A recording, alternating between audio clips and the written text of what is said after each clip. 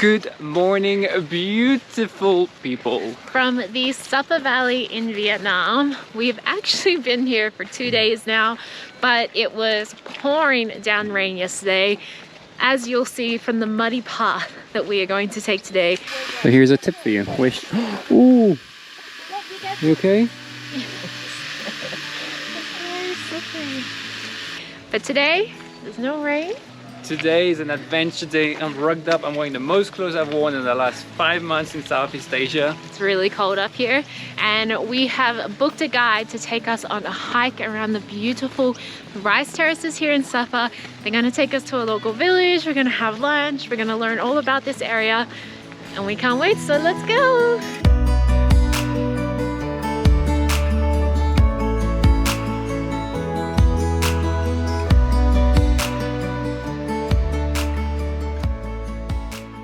We have been hiking up for about 45 minutes now. We just came down through the valley behind us and we're going back up the other side here. And Din has just been telling us her amazing story. She's only 21 years old and she has already done so much in life and overcome so many hurdles. This region of Vietnam is so undeveloped. And it's amazing, it's beautiful, but yeah, definitely something more people need to know about.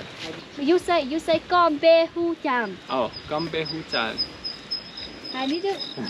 Con bê chan nữa. He's shy. Shy.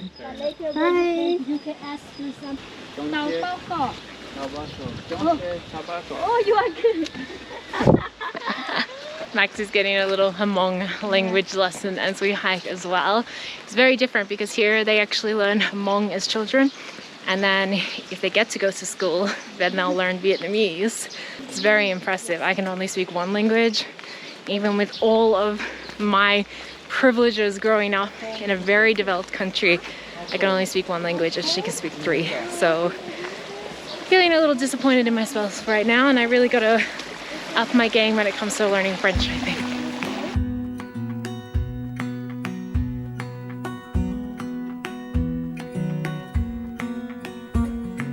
Like I said earlier, it has been raining since we got here, so seeing the top of the mountain like that is such a treat. And it's even warm. I've been wearing 2 jumpers the whole time I got here, but I'm ready to take this thing off now that we're walking uphill.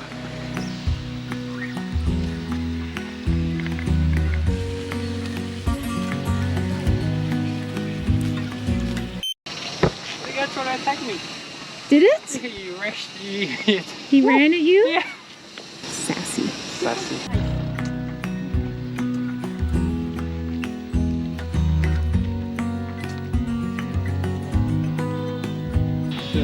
Oh my god. We never would have known to come to this particular spot by ourselves, and the view is just insane. It is so nice here. And so you see, this is the indigo leaf. Okay. We use it to dry with all our traditional clothes. So you see, like my traditional clothes, you can see the fabric here was like a black color because we use this leaf to dry.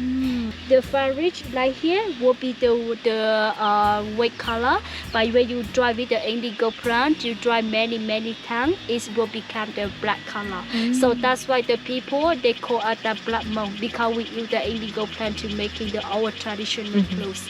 So in this area there are different Hmong tribes, and they're actually distinguished by the color of clothes they wear. So Din is from the black Hmong tribe, and then I think there's like red, yellow, and there's the flower one as well. I can't remember all of them, but yeah, they're all distinguished by the different garments that they wear. Now, I haven't spoken much in this video because I just keep on recording everything on the side, like this B-roll that I try to get, because there's so much beauty around us. It's like every corner we take. I mean, even the butterflies, they're huge, they're beautiful. I'm trying to get those. Now we got bamboos, like that's a new thing. And we have the mountains, then the rice field. It's just an insane amount of beauty on all corners. Yeah, it's a lot to take in. And you know, you have those few moments in life when you travel, you're like, oh my god, I really hope I can take it all in, because there's so much to take in. I mean, even look at this now.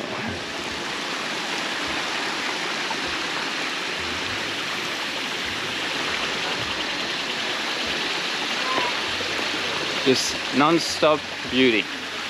But now we're going up off this path that we've been following the whole time, which has been pretty good, like paved most of the way, up into the forest, which is going to be very different.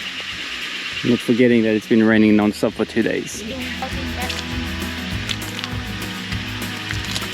Ooh! You okay?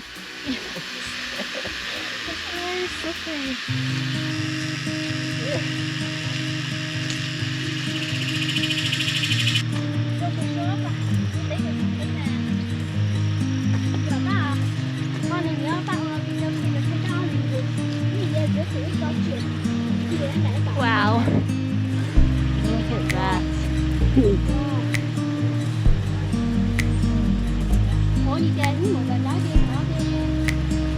Almost on the line of the clouds. Yeah, almost. So I think that little detour led us to the highest point of our hike. And now we slowly, very slowly because of the mud and the slipperiness, gonna make our way back down the valley to the actual village. And I think there's gonna be like some traditional things of way of doing things down there. But for now, down the mountain we go.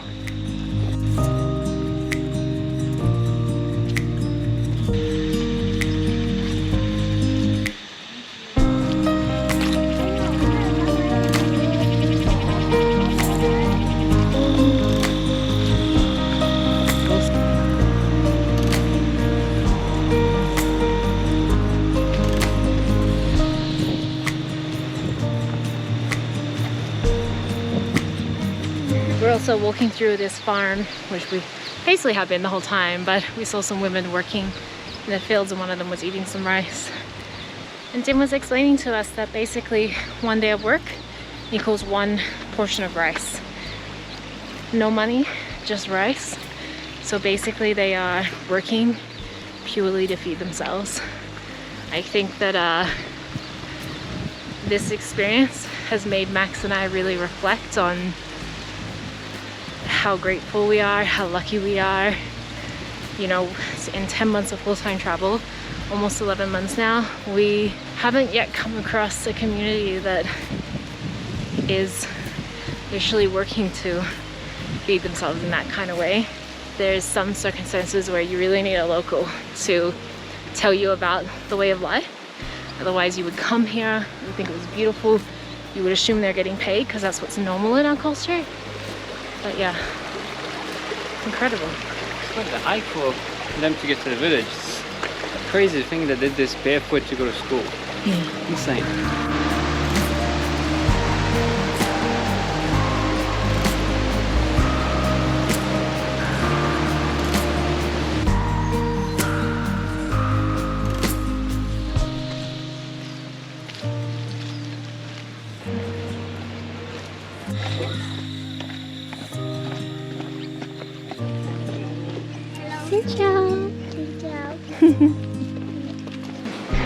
Wow, wow, wow. Em ở đâu đấy? Nhà em ở đâu? We've just been brought this amazing looking lunch. The rice from looking. Yes. Rice from here. Rice Yeah. grown From here. right here.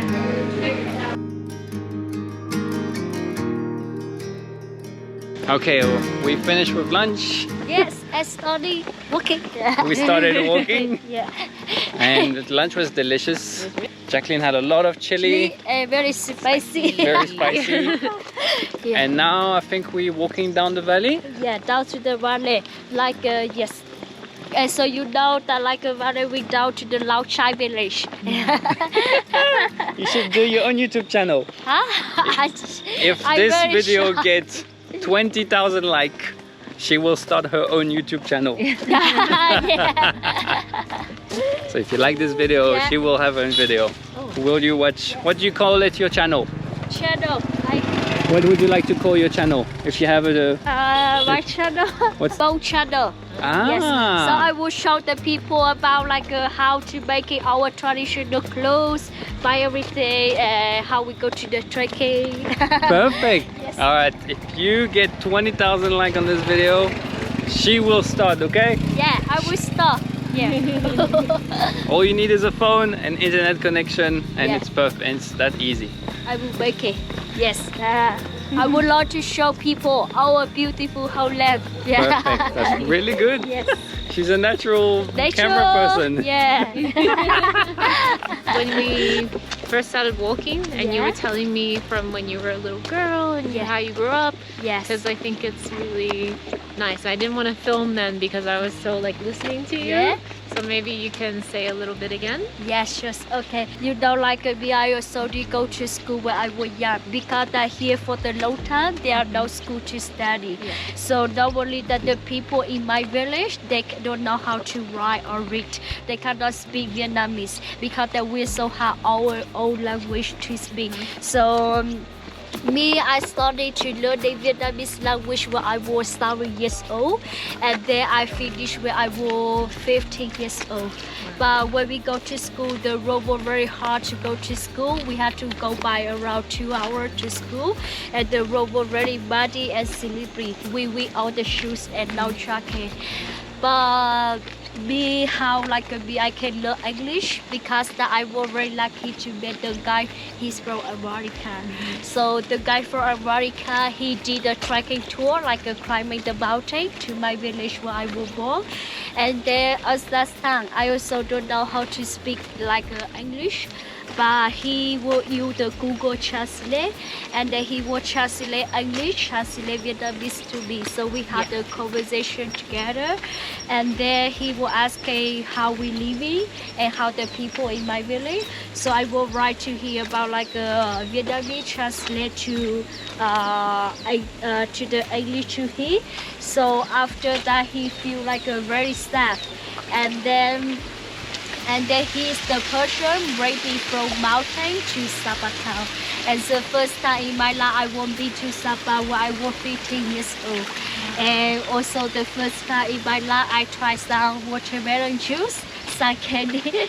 But before that I never tried it. He took you to Sapa town. Were Yeah. you by yourself or did I your go family? with him. Just with Just him? yeah, you and just him. Okay. me and with him. And Yeah. your family was okay with yeah. him taking you? Yeah, and me and had the other neighbor go with him. Oh, yeah. and another neighbor. Yes, Oh. and then we had the beautiful watermelon juice. I'm so happy. Yeah, but when I finished that, I really want to like love to share my culture and my tradition. So I learned how to be the tour guide for the trekking tour around the Sapa for 6 months, and then COVID coming. Yeah, so when the COVID coming, I had to marry with my husband. Because at time my family we had like little bit like a problem, so I had to marry with my husband to support my family. And your husband, you said you didn't know him before you married him. Yes. And now you've been with him for 2 years. Do you Yeah. love him? Yes, I love him. We love good each other. husband. He's Aw. very good husband. He very loves me. Yeah. Oh, that's so nice. And now I also had 2 baby. But 2 years COVID coming, the life was very, very hard. And then I go down from the mountain, down to the valley. Yes. And so when I go down to the mountain, to the valley, to working for some people, with the side people there. And then I met one owner from the homestay, Echo Hill Homestay. And then she from Vietnamese people, but she was very kind. And when she saw me and I carried my little boy, and she coming with me, she bring me to her homestay. Then she asked me for the work in the homestay. So she said if I work for her, she will pay me by money, not the rice. So I can have the money to like buy the food for my family. I really want to be open my own homestay too, because when I come to work in the homestay, I have opportunity to learn with the tourists. You know, like me, I never know how to use the YouTube to watch the city or to do website or watch many places. But when I work in the homestay, I have the opportunity to learn with the tourists. So the tourists, they they teach me how to use the UTB, how to making the tour the ABB. So that's they give me the chance to learn by new thing every day. If you go down to the valley or you go to the Sapa town, you will see many the lady or many the children. They sitting on the street and selling you something, because that this is one kind of thing that they don't go to school, so they don't have the job to work. So they have to follow the get to sell something to have the money to support family. So this one kind of thing I don't want to see that. So I really want to be open my own homestay. So when I have my own homestay, I can find the people they don't have the job to work, who come to work at my homestay, so they can have the opportunity to learn from the tourists like me. That's my story. Dan has brought us to the best view in all of Sapa of the rice terraces. They are so amazing, so beautiful. This entire day has been incredible. Listening to Din's story has been so incredible. I'm so grateful that she's so open and willing to share with us, and it's so inspiring. Like I said at the beginning of this video, we have to share it because it's just truly inspiring. The amount of hurdles she has overcome, and she's so happy and just thriving, and she has big goals. She was saying to me earlier that she wants to be successful so that she can show the people of her village, her tribe, that when you get an education and you put your mind to something, that this is what you can achieve. That's why she wants to be successful, not because she wants money, not because she wants any possessions or material objects, just so that she can show others what they can achieve. And I think that is just so incredibly beautiful.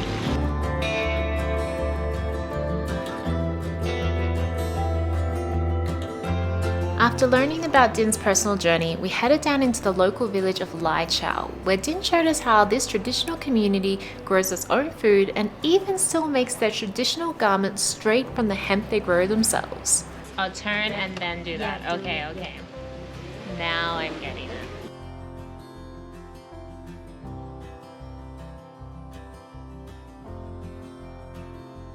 Oh, how you?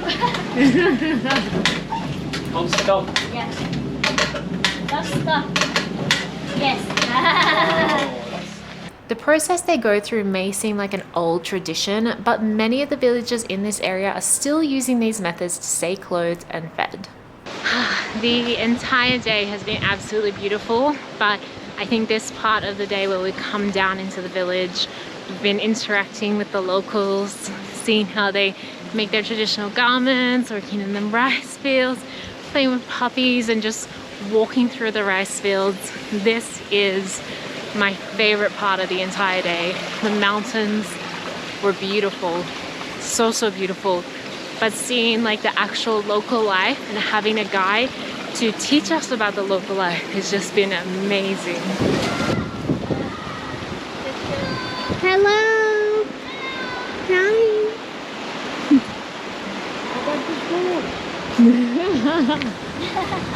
Okay, the rain has picked up, so we're gonna end it here. Max and I are gonna make our way back to our accommodation. Yeah. Thank you so much. Thank you so much. Thank you so much for everything. I'm so happy to know you and service you. And I hope that you will enjoy the trips with me. Of course. Thank you so Loved much. it. This has been Yeah. the favorite thing that we've done in Vietnam. So, like we said earlier, we will leave a link below so you can book Din's tour on Airbnb. 100% do it. That favorite thing. Yeah. All right, thank Come you so with much. me. I will bring you all of the best trekking. Best trekking, the Yeah. best views, Yeah. and all of the local information. Yeah. Ooh, it's really starting to rain. Oh. Okay, bye.